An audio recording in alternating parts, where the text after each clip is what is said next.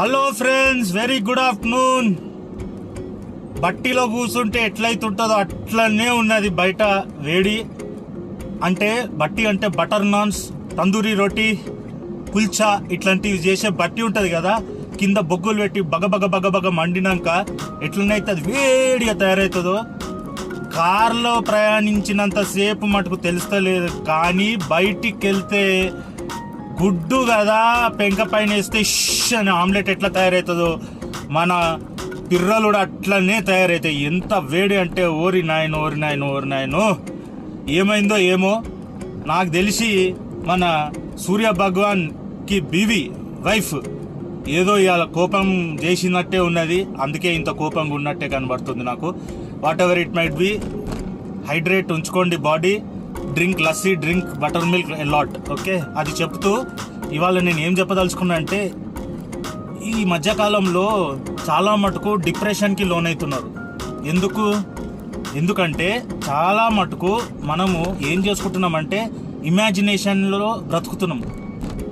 ఏదైతే ఇమాజినేషన్ అంటే ఏంది, మన మైండ్లో కొన్ని అంశాలు ఏవైతే అసలు జరుగుతలేవో, ఏవైతే అసలు జరగవో వాటిని ఊహించుకొని అది జరుగుతున్నట్లే అని భావించి 100% అందులో ఇన్వాల్వ్ అయిపోయి భయపడిపోయి డిప్రెషన్కి లోనవుతున్నాం. దానికి మందులు ఉండవు. ఎందుకు? ఏదైనా నిజంగా ఇబ్బంది ఉందంటే దానికి మందులు ఉంటాయి, కానీ నీ మైండ్లో లేని ఆలోచనలన్నీ నువ్వు అది నిజంగా భావించుకొని నువ్వు ఇబ్బంది పడుతుంటే దానికి మెడిసిన్ ఉండదు. మెడిసిన్ లేకపోయినా కూడా డాక్టర్ల దగ్గరకు పోతాం. డాక్టర్ల దగ్గరకు పోతే వాళ్ళు ఖచ్చితంగా వాళ్ళు చదువుకున్న ఏదైతే ఆ మెడికల్ కోర్స్కి కట్టిన ఫీజు అది వాళ్ళు రికవర్ చేయాలంటే పేషెంట్లు దొరుకుడే కష్టం. దొరికిరంటే మటుకు వాళ్ళు బల్లి కదా ఇన్సెక్ట్ని పట్టేస్తారు చూడు, అట్లా పట్టేస్తారు. ఎందుకు? వాళ్ళు కూడా బ్రతకాలి, వాళ్ళ ఇంట్లో వాళ్ళ పిల్లలు ఉంటారు, వాళ్ళకి ఎడ్యుకేషన్ కాస్ట్లు ఖచ్చితంగా ఒక డాక్టర్ ఫ్యామిలీస్కి డాక్టర్లే అవుతారు. వాళ్ళకి కోట్లు కట్టి మళ్ళీ మెడికల్ కోర్సెస్ చదివియాలి ఎట్లా. కాబట్టి సో డిఫరెంట్ డిపార్ట్మెంట్స్. అయితే నువ్వు ఎప్పుడైతే డిప్రెషన్కి లోన్ అవుతావో, యాంగ్జైటీ ఫీల్ అవుతావో, ఇవన్నీ జరిగినప్పుడు ఖచ్చితంగా కాస్త టైం నిన్ను నువ్వు కాపాడుకోవడానికి ప్రయత్నిస్తావు. ఒకవేళ ఆ టైంలో నువ్వు బయటపడ్డావు అనుకో, నువ్వు చాలా గ్రేట్. నువ్వు బయటపడలేదు అనుకో, నెక్స్ట్ ఏం చేస్తావు, నీ ఇంట్లో వాళ్ళకి చెప్పుకోవడానికి ప్రయత్నిస్తావు. వాళ్ళు ప్రయత్నిస్తారు ఈ పిచ్చోన్ని బయటికి తీసుకురావాలి, మళ్ళీ మంచోని చేసుకోవాలని. వాళ్ళు చెప్తున్నా కూడా నువ్వు వినలేదనుకో, ఇంకా నువ్వు ఆ ఇమాజినేషన్లనే బ్రతుకుతూ ఆ ఇమాజినేషన్లే నిజం అనుకొని బ్రతికేస్తున్నావు అనుకో, నీ పక్కన ఉన్న వాళ్ళు కూడా చెప్తుంటే వినకుండా అప్పుడు ఏమవుతుంది, నెక్స్ట్ డాక్టర్ దగ్గరకు పోవాలి.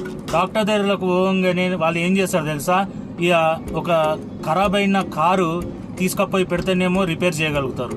కానీ కారు మంచిగా ఉన్నది కానీ తీసుకపోయి గ్యారేజ్లో పెడితే, ఒకవేళ ఆ గ్యారేజ్లో వాళ్ళు ఎట్లనో అట్లా దీనిపైన వాళ్ళు కొంచెం డబ్బు చేసుకోవాలంటే టైర్ పెడతారు, స్టీరింగ్ని అటు ఇటు తిప్పుతారు, బ్యాటరీ చేంజ్ చేస్తారు.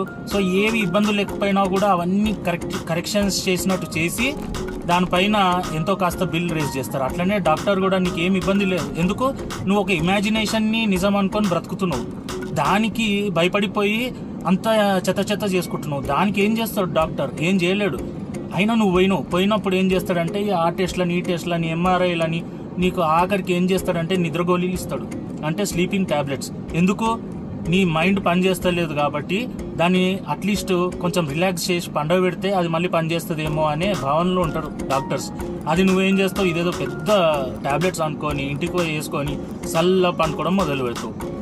ఎట్లా అనుకుంటావు అంటే, ఒకవేళ లుంగి కట్టుకున్నావు అనుకో, ఆ సగం లుంగిలు వేస్తుంది, చెడ్డి వేసుకుని బర్మడాలు వేసుకొని వండుకున్నావు అనుకో, ఆ బర్మడా కూడా కొంచెం దిగుతుంది. సో ఇట్లాంటివి జరుగుతూ నువ్వు చల్లగా వండుకున్నాక ఏం జరుగుతుంది అంటే, నీ మైండ్ ఫుల్ రిలాక్స్ అయ్యి ఒక్కొక్కసారి అందులో నుంచి బయటపడతావు. కానీ నువ్వేమనుకుంటావు, ఓహో ఏదో ట్యాబ్లెట్స్ చాలా గ్రేట్గా ఇచ్చేసిండు, నేను రికవర్ అయిపోయినా అనుకుంటావు. కానీ ఏం జరగలే, నీకు నిద్రగోళీలు ఇచ్చిర్రు చాలా మటుకు.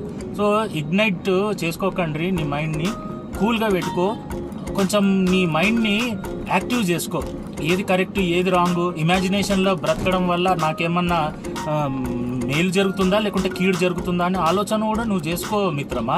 ఉట్టిగా అడగోలు లేని ఆలోచనలు తెచ్చుకొని ట్యాబ్లెట్లు వేసుకుంటే ఏమవుతుంది, తర్వాత బీపీ వస్తుంది, షుగర్ వస్తుంది, తర్వాత ఒక్కొక్కసారి హార్ట్ ఇష్యూస్ వస్తాయి. ఎక్కువ స్లీపింగ్ ట్యాబ్లెట్స్ వేసుకోవద్దు.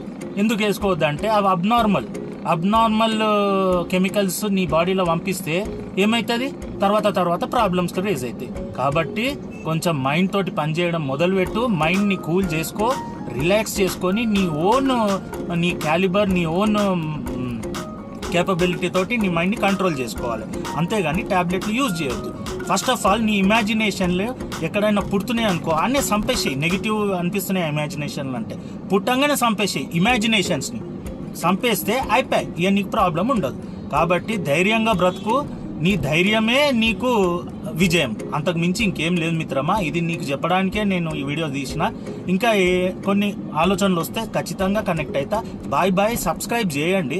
సబ్స్క్రైబ్ చేస్తే నేను కూడా ఎండలో తిరుగుతున్నప్పుడైనా, లేకుంటే ఇంట్లో కూర్చున్నప్పుడైనా, లేదా హోటల్లో తిరుగుతున్నప్పుడైనా, ఎంటర్టైన్మెంట్లో అయినా, ఫన్ అయినా, కామెడీ అయినా, ఏదైనా నాకు కూడా కొంచెం బూస్ట్ ఉంటుంది. చేయండి సబ్స్క్రైబ్. మనం ఖచ్చితంగా ఇంకొక 25 years ఉంటాం. మీరు 40లో యావరేజ్గా ఉంటే ఇంకో 25 years ఇట్లనే కనెక్ట్ అయ్యి ఏదో ఒకటి సంతోషంగా ఉండడానికి ప్రయత్నిద్దాం. బాయ్. Take care. మళ్ళీ వస్తా మీ ముందుకి ఒక వీడియోతోటి, ఒక ముద్దుతోటి. హ్యాపీ ఏం డే అయ్యాలా? Tuesday. Bye. Take care. Love you. ట్యూస్డేనా అయ్యాలా? ఏం డే అయ్యాలా? బద్మాష్ మండే. చలో ఏదో ఒక చిన్న కామెడీ తోటి ఎంజాయ్ చేద్దామని అట్లా. Bye. Love you all. We'll see you back soon.